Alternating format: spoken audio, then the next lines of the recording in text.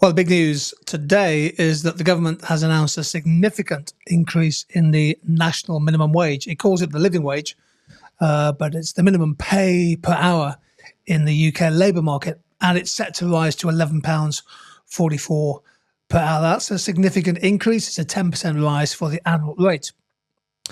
Here's the data for the minimum wage in the UK in recent times. You can see that the wage, the pay floor in the labour market is set by wage category, and it's changed over the years.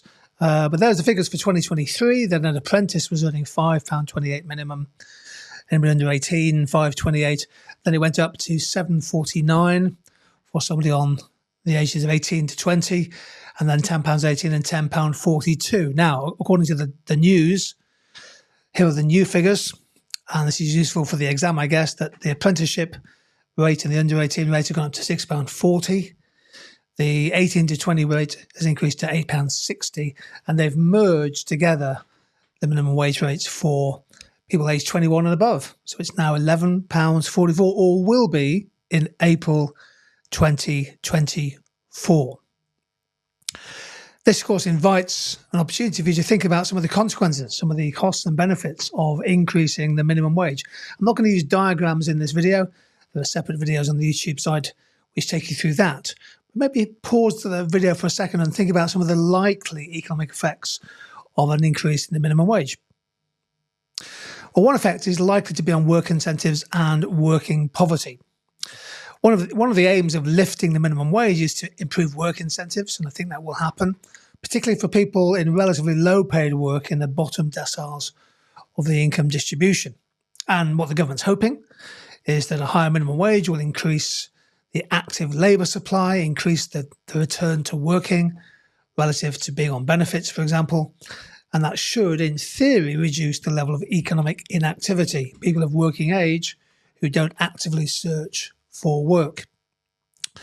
Working poverty is a side issue, but an important one. That's people who are in work, but they don't earn enough to lift them out of poverty and therefore are dependent on one or more means-tested benefits.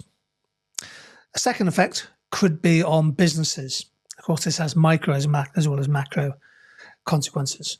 So many smaller firms operating in sectors such as maybe construction or hospitality, retail services, even people working as dental assistants and assistants in GP surgeries, those kind of businesses will likely see an increase in their variable costs because the minimum wage has gone up by £1, and many employers will also raise pay above that to maintain pay differentials. And smaller businesses typically operate on quite thin, low profit margins. So there's a risk either that they may have to raise their prices in restaurants, for example, or cafes, or they may have to cut employment or perhaps reduce the number of hours that people are given to work. A third effect is more macro. I'm looking at the impact on consumption here, which of course is the biggest single part of aggregate demand. So that rise of the minimum wage to £11.44 per hour is estimated directly to benefit over 2.5 million workers.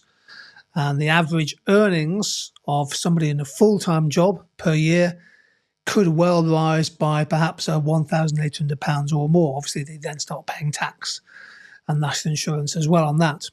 But it's a lift to the real incomes and the real purchasing or spending power of many, many people on low incomes. Typically, those people have a high propensity to spend, so you should see a boost to consumption in certain industries, certain markets. But of course, it may allow people to pay off some debts or start to save a bit more.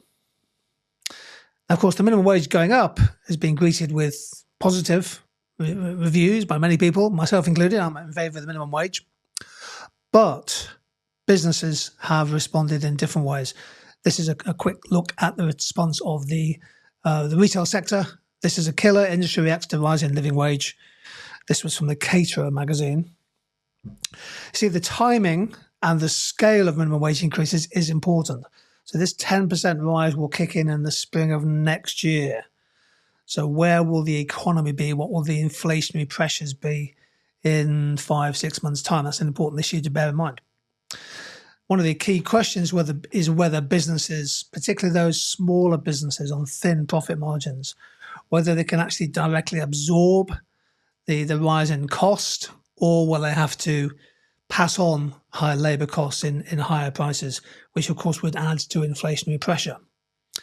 How big, how strong will the knock-on effects be to planned investment and also to jobs and hours as we head into the spring of next year? And for the government, there's also consequences. The impact on government finances can work in different ways. On the one hand, people who are in work earning more, they'll claim fewer or less money in benefits. So the amount of welfare paid to people in work on low pay should fall. And the second bonus to the government is that as people spend more and earn more, they'll pay more tax, VAT, excise duties, income tax, national insurance. So the government may well get a fiscal dividend. However, finally, the government, of course, is a major employer, and a consequence of the minimum wage going up would be you have to pay your porters in the NHS more, or people working as auxiliaries in hospitals, people working for local councils may have to see their pay go up. So there could be a rise in government spending. So this is a kind of big issue, rise in minimum wage, definitely worth following in the weeks and months ahead. Thank you.